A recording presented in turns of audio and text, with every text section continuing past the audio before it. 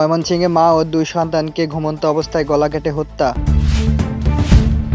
ময়মনসিংহের ভালুকায় মা ও দুই সন্তানকে গলা কেটে হত্যার ঘটনায় থানায় মামলা হয়েছে।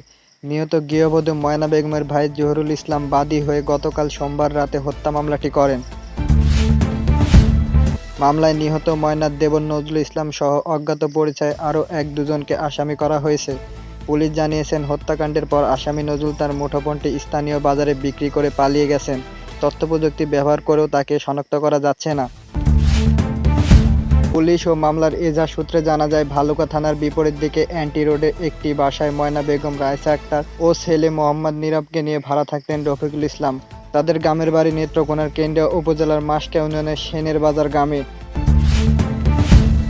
রফিকুলের ভাই নজরুল ইসলাম হত্যা মামলায় জেলে ছিলেন। গত রোববার রাতে নাইট ডিউটি শেষে গত সোমবার সকাল ৯টার দিকে বাসায় ফেরেন রফিকুল।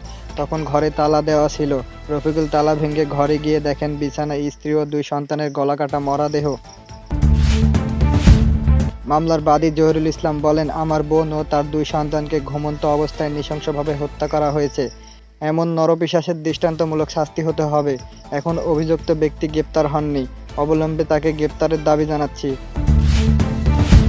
ভালুকা থানার ভারপ্রাপ্ত কর্মকর্তা হুমায়ুন কবির বলেন, মা ও দুই শিশুকে হত্যার ঘটনায় গতকাল রাতে একটি মামলা হয়েছে। অভিযুক্ত ব্যক্তিকে গ্রেপ্তারের চেষ্টা চলছে। ময়মনসিংহ মেডিকেল কলেজ হাসপাতালের মর্গে ময়নাতদন্তের পর আজ রবিবার পরিবারের কাছে মরদেহ হস্তান্তর করা হবে।